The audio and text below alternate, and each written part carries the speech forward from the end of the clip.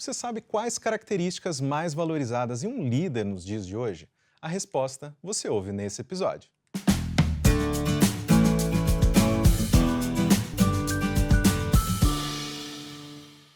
Olá, pessoal. Eu sou Caio Corrêa e está começando o Lifelong Cast, o podcast do profissional em constante movimento, um programa da ESPM para você se preparar para o futuro do trabalho e dos negócios. Liderar é uma habilidade que vai muito além de comandar uma equipe. Trata-se de saber motivar e influenciar um grupo de pessoas de forma positiva. Falando assim soa até fácil, mas a tarefa é complexa. E para descobrir o que faz de alguém um bom líder, eu converso com a Fátima Mota, especialista em gente e gestão e professora da ESPM. Fátima, seja novamente muito bem-vinda aqui ao Lifelong Cast. Muito obrigado por ter aceitado o nosso convite. Eu que agradeço. É muito bom estar aqui com você de novo. Fátima, hoje o assunto é sobre ser um bom líder. Como que a gente descobre essa nossa característica, essas habilidades. E eu queria começar essa nossa conversa te perguntando o que de fato é ser uma liderança, né? Todo gestor é um líder ou não é bem assim? Tá bom. Então, olha, primeiro eu gosto muito de observar a liderança como a capacidade que as pessoas têm para influenciar outras, né? Então, toda vez que eu consigo influenciar, toda vez que eu consigo entusiasmar, toda vez que eu consigo conduzir pessoas de um ponto para o outro, eu estou liderando. Então, não há necessidade de eu ter um cargo de líder para ser líder. Eu posso liderar simplesmente com essa capacidade de influenciar. Esse é o primeiro ponto. Então, quando você fala em gestor e líder, tem diferenças, né? Eu posso ser um gestor que cuida da organização, dos processos, dos procedimentos e não ser um líder. Sim. Né? E eu posso ser um líder e não ser um gestor. Então, são dois conceitos diferentes. Tem muita gente que é ótimo líder, mas é totalmente desorganizado, não tem processo, etc. É o meu caso. Que tem as consequências, né? Opa, todo dia. E, por outro lado, tem também a questão do gestor, que segue processos e procedimentos, mas não tem um pingo de sensibilidade, não consegue influenciar, tem uma comunicação que não chega no outro. Então, o ideal o ideal seria ser um líder e ser um gestor. Trabalhar nas duas pontas. Sim. E, hoje em dia, quais são os principais desafios dos líderes, né? E quais habilidades elas são fundamentais para as pessoas, né, nesse cenário? Tá. Vou te falar de um modelo que eu desenvolvi, que eu gosto muito porque me ajuda muito, né? Tanto eu sou líder também, né? E imagine que eu tenho as mesmas dificuldades que todo mundo tem. E me ajuda também nas mentorias e nos trabalhos que eu faço com lideranças, com treinamentos, palestras, etc. Basicamente, você precisa ter um olhar para resultados e para pessoas. Então, não dá para você só ter um olhar para resultado e um olhar só para pessoas. Você precisa ter as duas coisas juntas. O que já é um grande desafio. Sim. Porque, por característica, nós ou gostamos mais de olhar para as pessoas ou gostamos mais de olhar para o negócio, E de para vez resultado. em quando um briga com o outro, Com né? certeza. Para que você tenha resultados, às vezes você precisa sacrificar as pessoas e o contrário também acontece, né? Às vezes você está derrubando a empresa para proteger as pessoas. Com certeza. E quando esses dois brigam, sempre a empresa sai perdendo. E brigam por conta do líder, que não sabe estabelecer esse equilíbrio. Esse é o ponto. Se você focar muito o resultado e esquecer as pessoas, eu estava conversando hoje com um líder que é muito interessante, ele olha para resultado e vai, né? E principalmente porque nós acabamos vindo também de uma carreira que primeiro olha para resultado, né? Então, se nós pensarmos num vendedor, por exemplo, né, que é account manager, ele olha basicamente para o resultado que ele precisa alcançar. Na hora que ele vira um gestor, ele tem que olhar para as pessoas. É um olhar que ele nunca teve, é um olhar que ele nunca desenvolveu. Então, a tendência é focar no resultado e se perder enquanto gestor. Quando você é uma pessoa que só olha para as pessoas, você também corre um grande risco de ser aquele paizão, aquela mãezona, aquela pessoa que só se preocupa com os outros e o resultado ir para o buraco. Então, a primeira coisa é olhar para resultados e pessoas. E dentro de resultados, tem dois arquétipos que eu gosto muito, que é o arquétipo de visionário e de guerreiro. Ou seja, aí você me perguntou das habilidades, né? Todo líder precisa ser um grande visionário, ele precisa enxergar lá adiante. não tem como. Ele precisa imaginar para onde que nós vamos daqui a 1 ano, daqui a 2 anos, daqui a 3 anos, o que eu quero da empresa, qual é o meu sonho, qual é o propósito, quer dizer, ter uma visão lá na frente, né? Todos os grandes líderes, não preciso nem citar aqui, né? São grandes visionários. Mas, ao mesmo tempo, eles têm que ter o arquétipo do guerreiro, hoje em dia, que é a gestão ambidestra, onde você olha para a inovação, mas, ao mesmo tempo, você olha para o dia a dia prático. Então quais são os procedimentos, quais são os processos, qual é a tecnologia que eu tenho que utilizar, que inovação eu vou ver lá na frente, mas começo a preparar as minhas pessoas hoje. Então, ou seja, eu tenho que ser guerreiro e visionário olhando para o lado do resultado. E quando eu vou para o lado de pessoas, tem outros arquétipos que eu gosto muito, que é do curandeiro e do mestre. Né? E o pessoal fala, pô, curandeiro, né? Que história é essa? Não, mas é o líder que cura, é o líder que sabe ouvir, é o líder que sabe perceber as diferenças entre as pessoas, é o líder que sabe dar feedback. Então, olha quantas habilidades eu estou falando só nesse lado, porque o líder ele pode deixar as pessoas ficarem saudáveis ou pode adoecer as pessoas. Né? Hoje nós vemos muitas pessoas com problemas de saúde mental por conta das lideranças. Exatamente. Então, esse lado de curandeiro é importante, e só para terminar, o lado de mestre, onde você desenvolve a equipe, desenvolve os sucessores, onde você dá mentoria e coach para as suas pessoas, e aí você tem os 4 arquétipos juntos. Mas, de novo, às vezes um briga com o outro, né? E precisa ser um ótimo líder para compor tudo isso. Fátima, eu queria fazer uma tangente aqui agora, justamente aproveitando uma das coisas que você falou, que de vez em quando a gente tem pessoas que são super focadas em resultados, poxa, tô aqui fechando bons negócios, vendendo e tudo mais. E a única maneira que ela tem de subir na carreira é acabar virando um gestor. Às vezes essa pessoa ela é super, né, focada, especializada numa função, em uma operação, um tipo de serviço, e para que ela suba os degraus profissionais, ela precisa acabar numa posição de gestão. Isso não acaba, né, gerando um monte de péssimos líderes? Porque são pessoas que até são muito boas, gostam de fazer aquilo, mas para que eu possa subir na minha empresa, eu preciso preciso comandar, preciso, né, liderar outras pessoas. Não faria muito mais sentido a gente colocar essas pessoas como especialistas? E olha, esse aqui é um outro caminho né, de evolução profissional. Eu acho que eu estou só reforçando várias coisas, você concorda?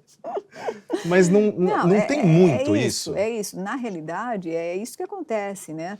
Ou seja, as pessoas nas empresas raramente têm essa possibilidade de se tornarem especialistas. Essa carreira em Y, como a gente chama, né, são raras. Existem empresas onde isso acontece, sim, mas a grande maioria, para você crescer, você precisa ser um líder e você precisa dar conta de pessoas, que é um desespero para algumas pessoas. E, efetivamente, algumas pessoas não conseguem e se frustram e frustram pessoas, mas tudo isso é possível de ser aprendido.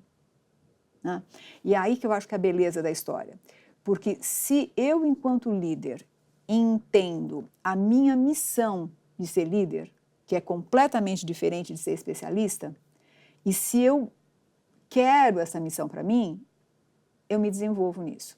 E qual que é essa missão, né? Eu entendo que o líder é aquela pessoa que é capaz de desenvolver a humanidade. Ele é responsável pelo desenvolvimento da humanidade. Porque na medida que ele é líder, ele pode conduzir as pessoas para um outro patamar de consciência. Se eu entendo a beleza disso, talvez eu queira pagar o preço. Se eu quero ser líder só para ganhar mais, com certeza eu não vou pagar o preço e vou adoecer muitas pessoas. Tá? Conheço pessoas que adoecem muita gente e pessoas que fazem outras brilharem de uma forma absurda. Então, de novo, eu acredito que quando se decide pela promoção de alguém para um cargo de liderança, tem que ser muito pensado, muito discutido, e a pessoa que aceita não pode aceitar de uma forma, sabe, qualquer. Eu quero simplesmente ser promovido. Não, é melhor você ficar onde você está do que fazer bobagem com outras pessoas. Né? Mas essa consciência é muito difícil de acontecer, é muito difícil, principalmente nos nossos tempos que as pessoas se preocupa um pouco com as outras. Então, se eu me preocupo pouco com outras pessoas, eu também não dou valor a essa beleza que é a liderança. E, de novo, não são todos, né? Alguns conseguem enxergar isso e são ótimos, excelentes líderes, e outros que não, né? E, para mim, a área de recursos humanos precisa ficar muito atenta nessa promoção, muito atenta a identificar quais são realmente as pessoas que querem, entendem a importância de liderar, de influenciar e de fazer esse movimento de foco em resultado, em foco em pessoas. E aproveitando esse gancho que você ofereceu, justamente comentando sobre essas bobagens que algumas pessoas que, né, acabam se enxergando nessa posição de liderança, elas cometem, quais erros, né, que os líderes eles não deveriam cometer de maneira nenhuma, mas são muito comuns? Pois é, acho que o primeiro erro é a dificuldade de comunicação, né, que existe. Eu sempre falo que eu deveria ter qualquer diagnóstico que eu tenho que fazer nas empresas, eu posso deixar um padrão, né, porque o primeiro é a comunicação sempre. E essa comunicação está ligada à dificuldade de deixar claro quais são os objetivos. Então, jamais você pode ser um líder que não alinha expectativas com a equipe, não deixa claro quais são os objetivos, porque senão a equipe fica solta, né? Para onde que eu vou?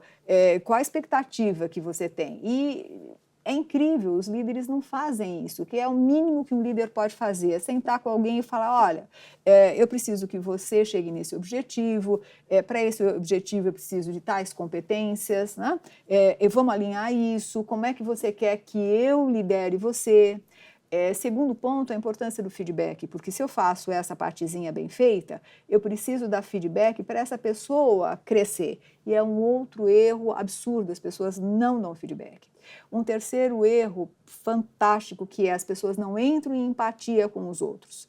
E qualquer situação pode ser vista como desculpa, como falta de confiança, e daí vai. E na hora que tem falta de confiança entre líder e liderado, você não tem como influenciar, você não tem como seguir à frente. Então, são pequenas coisas, sabe? Às vezes o pessoal fala assim, porque qual é o curso que eu tenho que fazer, não sei o quê. Olha, você precisa aprender a colocar na prática as coisas, né?